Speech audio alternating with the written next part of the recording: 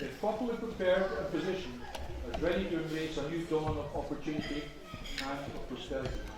It is Africa's largest country with a population of 180 million people. One of every 4 Africans, one of every 5 persons of African origin in the world is a Nigerian. It is the largest GDP in Africa. Africa needs a buoyant Nigeria. The world needs a buoyant Nigeria. And from what I've learned from my Nigerian friends and from today's principal guests, above all, the people of Nigeria deserve to enjoy stability, good governance, economic growth, full bellies, and a nation where citizens can enjoy empowerment, equality, inclusion, justice, and tangible hope for their families, including enhanced well-being and the enjoyment of new disposable income and spending power. Past failures to use oil revenues to create industrial diversification to help citizens enjoy secure employment has hindered the nation, and also settling for a tunnel vision, oil-cursed economy has meant settling for lazy development strategies, the easy way out, which inevitably gives a lack of foresight. And despite vast oil earnings over past decades being dissipated, Nigeria is not alone in this plight. It has hindered Africa's progress, as in today's world, over 500 million Africans still live in the poverty trap, and the rising debt burden awaiting future generations of Africans, and 600 million Africans still have no access to electricity. So all in all, along the way, this has been a bumpy ride. Since independence in 1960, Nigeria has suffered periods of fragile democracy, military intervention, false hopes, false dawns, the legacy of colonial mistakes, wasted and squandered resources. Yet Nigeria remains a beacon of resolute and untapped potential, underpinned by latent economic hope and resilience, and is now poised to enter a new era of expansion, subject of course to Nigeria being prepared, properly positioned, and above all made fit for purpose.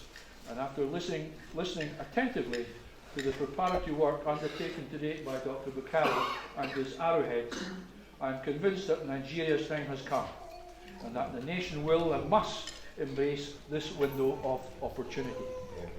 Of course, there will be challenges ahead.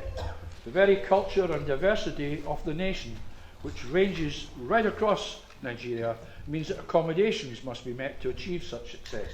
But the inevitable sacrifices will be worth the prize which awaits this most deserving nation. National restructuring is vital, but these adjustments must deliver transformation which is sustainable and not mere change which is fleeting. The international community recognizes that a prosperous Nigeria is needed. Nelson Mandela recognized the importance of a successful Nigeria, not only giving Africans across the continent pride in the ingenuity and commercial prowess of Nigeria, but in demonstrating globally that an African nation has the capacity to be not only an economic success, but also the potential to become a world leader. He said the world will not respect Africa until Nigeria earns that respect. The black people of the world need Nigeria to be great as a source for them of pride and confidence. In 1995, I had the privilege of meeting Mr. Mandela in South Africa, where I also met privately with him and Archbishop Tutu. Always seeking opinion, at one point Mr. Mandela gave me the fright of my life by asking me what insights I could offer in moving his Rainbow Nation forward. Somewhat taken aback, I tentatively suggested it might be best to manage the expectations of citizens, while especially encouraging the talents of his country's youth. And he seemed to accept that, so I obviously didn't make a mess of myself. Likewise today, Nigeria does have that promise, and indeed even greater immense potential and drive to succeed than that of South Africa. The similarities with the Scots is also quite amazing.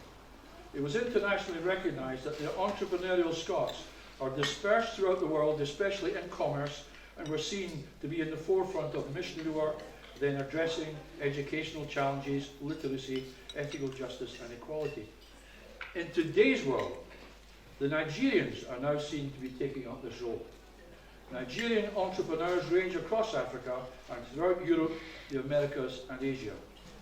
With such talented people, Nigeria cannot and must not fail. I now come to address my short remarks to this evening's principal guest, Dr Tunde Bakare, and his engaging and supportive wife, Mrs Lady Bakare. We at AFS Group and our partner companies pride ourselves in always listening and understanding challenges before taking decisions. We never impose our ideas. We help others to gain insights, then together, having learned from each other, we seek to find solutions, especially to help the disadvantaged. We fervently believe in trade and not aid. Spending the past 2 days with Dr Bakare has been like attending a masterclass. He's a polymath, he's a visionary, and his strategies and his assertions are ethical, faith-based, and eminently sound and well-structured. He is, of course, a master orator, televangelist of international renown, and a champion for the oppressed and the disadvantaged. He's a passionate man and a credit to his native land. I have watched him carefully this weekend. He, like me, is a good listener. I watched him conduct himself in all contacts with the Nigerian diaspora and with Scottish dignitaries with polite, quiet consideration and respect. Yet, he is unafraid to voice his opinion, and he calls a spade a spade. However, he always offers gentle and sympathetic understanding and dispenses wisdom and wise counsel. I first knew of Dr Bakare through my association with the United Nations, where he is recognised as an internationally respected civil rights activist. Yesterday he was awarded a fellowship of the African Centre of Policy Research and Development for his exemplary work in helping deliver gender equality, inclusion and social justice. He is also a champion for an admirer of young people, and he values their input and contribution to help create the new Nigeria. In current Nigerian politics, Pastor Bakare remains an outspoken but constructive critic of the Nigerian government and leadership. Dr Bakare has been asked to stand for the presidency in 2019, which he is taking into consideration.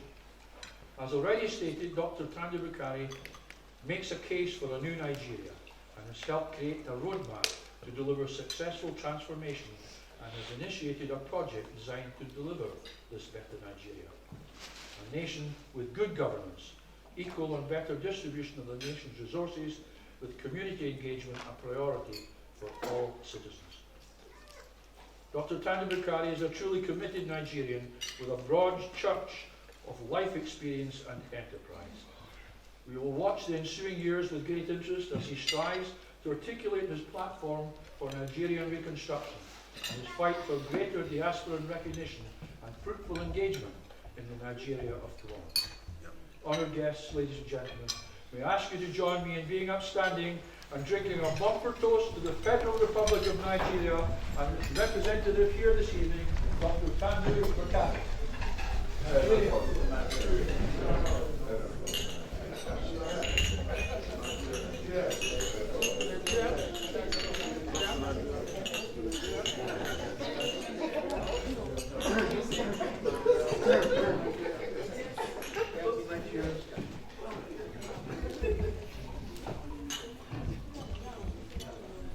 Please be seated.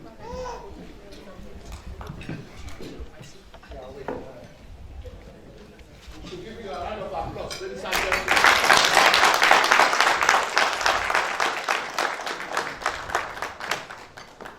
You just took that off my mouth, and may I ask us to do it one more time?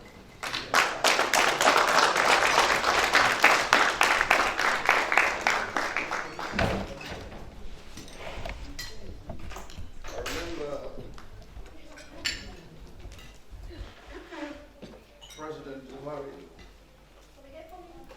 when we were running for election together in 2011, he said, please ensure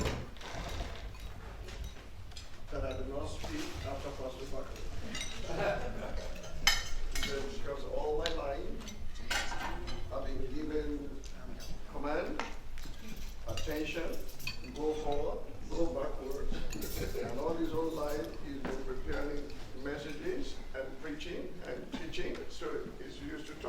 I feel like that after Ken Stewart spoke today. That, oh my God,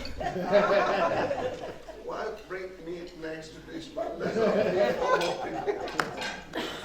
We truly appreciate your leadership and what you're doing for African schools and your involvement in our country over the years. You're not one of those who just say, oh, I heard this on CNN, I saw this on social media.